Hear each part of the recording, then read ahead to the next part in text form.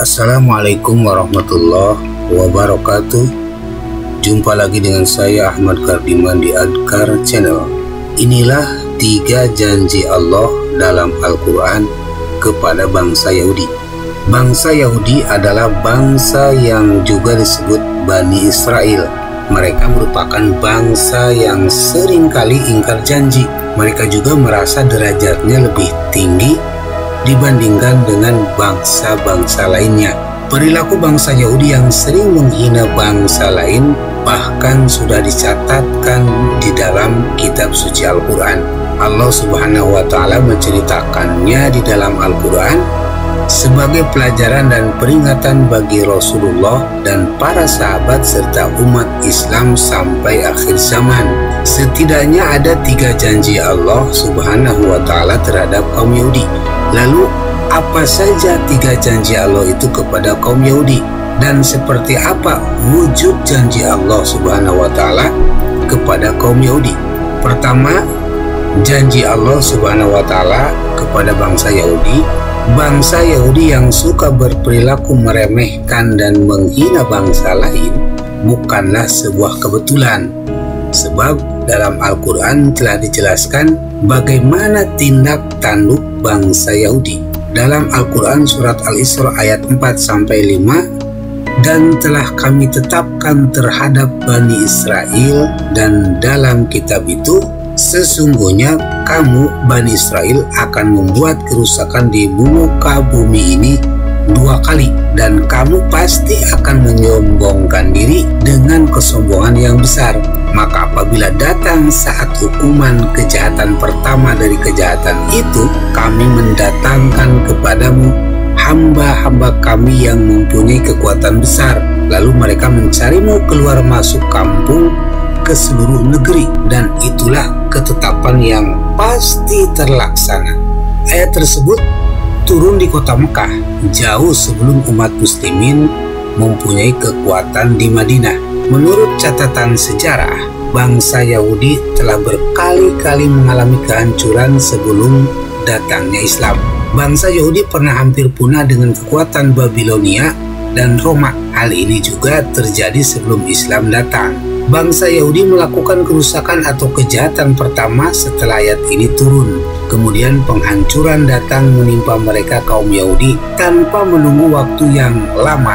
Kehancuran bangsa Yahudi ini adalah perjuangan dari hamba-hamba Allah Subhanahu wa Ta'ala, dan hal ini juga sebagaimana yang dijelaskan dalam Al-Quran. Quran surat Al-Hasr ayat 2.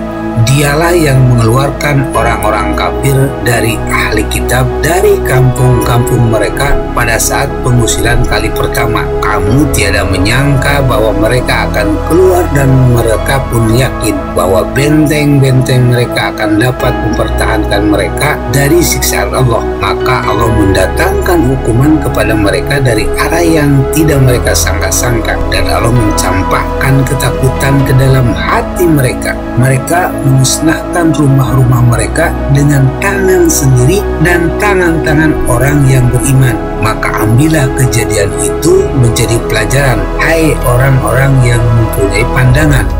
Janji kedua Allah Subhanahu wa Ta'ala kepada kaum Yahudi tak bisa dipungkiri jika kesombongan dan kerusakan yang lebih besar lagi kembali diulangi bangsa Yahudi. Hal ini sebagaimana firman Allah Subhanahu wa Ta'ala dalam Al-Quran, Quran surat Al-Isra ayat 6. Kemudian kami berikan giliran kepadamu untuk mengalahkan mereka kembali, dan kami membantumu dengan harta kekayaan dan anak-anak keturunan, dan kami jadikan kamu kelompok yang lebih besar.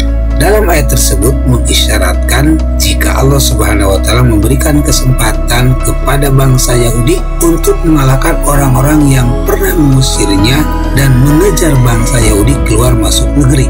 Bangsa Yahudi berhasil membalas sakit hatinya dan menduduki negeri Syam dan Palestina. Yahudi juga mengalahkan kaum muslimin di wilayah tersebut. Allah Subhanahu wa Ta'ala menunjukkan janji kedua kepada bangsa Yahudi setelah kehancuran yang pertama.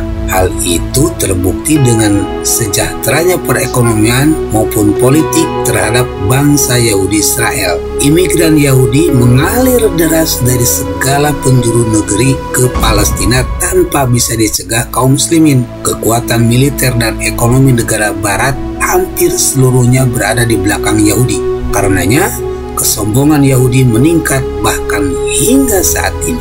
Janji Allah ketiga kepada kaum Yahudi. Derita masyarakat Palestina membuat umat muslim di seluruh negeri. Kekejian bangsa Yahudi Israel sesungguhnya hanyalah akan mempercepat datangnya siksaan dan hukuman Allah sebagaimana yang telah dijelaskan dalam Al-Quran surat Al-Isra ayat 7.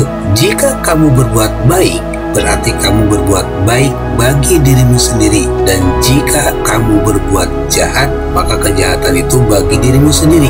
Dan apabila datang saat hukuman bagi kejahatan yang kedua, kami datangkan orang-orang lain untuk menyuramkan muka-muka kamu, dan mereka masuk ke dalam masjid sebagaimana musuh-musuh memasukinya pada kali pertama, dan untuk membinasakan sehabis-habisnya apa saja yang mereka kuasai. Dari ayat tersebut, Allah memastikan akan melenyapkannya bangsa Yahudi dari bumi ini. Maha Suci Allah telah memberitahukan kepada kaum muslimin akan kembali memasuki Masjidil Aqsa sebagaimana dahulu di masa pemerintahan Umar bin Khattab yang menaklukkan bumi Palestina. Dalam kitab Taurat, Allah telah memutuskan bahwa Bani Israel akan memasuki bumi yang diberkati, yaitu Palestina. Bahkan di sana mereka akan mendirikan pemerintahan. Tetapi kemudian mereka membuat kerusakan besar sehingga menyebabkan Allah menghukum mereka dengan cara mengirim hamba-hambanya yang tangguh. Setelah kerajaan mereka binasa, mereka diusir dan dicerai-beraikan. Hal ini sebagaimana firman Allah Subhanahu wa Ta'ala dalam Quran surat Al-Maidah ayat 21. Hai kaumku, masuklah ke tanah suci Palestina yang telah ditentukan Allah bagimu, dan janganlah kamu lari ke belakang karena takut kepada musuh, maka kamu menjadi orang-orang yang merugi. Sahabat-sahabat yang beriman, kita ketahui jika jumlah umat Islam Muslim saat ini begitu amat besar. Meskipun begitu, tetap saja bagai bumi dan lautan yang mudah terombang-ambing oleh derasnya gelombang. Allah Subhanahu wa Ta'ala berfirman dalam Quran surat Al-Baqarah ayat 249, berapa banyak terjadi golongan yang sedikit dapat mengalahkan golongan yang banyak dengan izin Allah, dan Allah beserta orang-orang yang sabar. Wallahu a'lam bissawab. Assalamualaikum warahmatullahi wabarakatuh.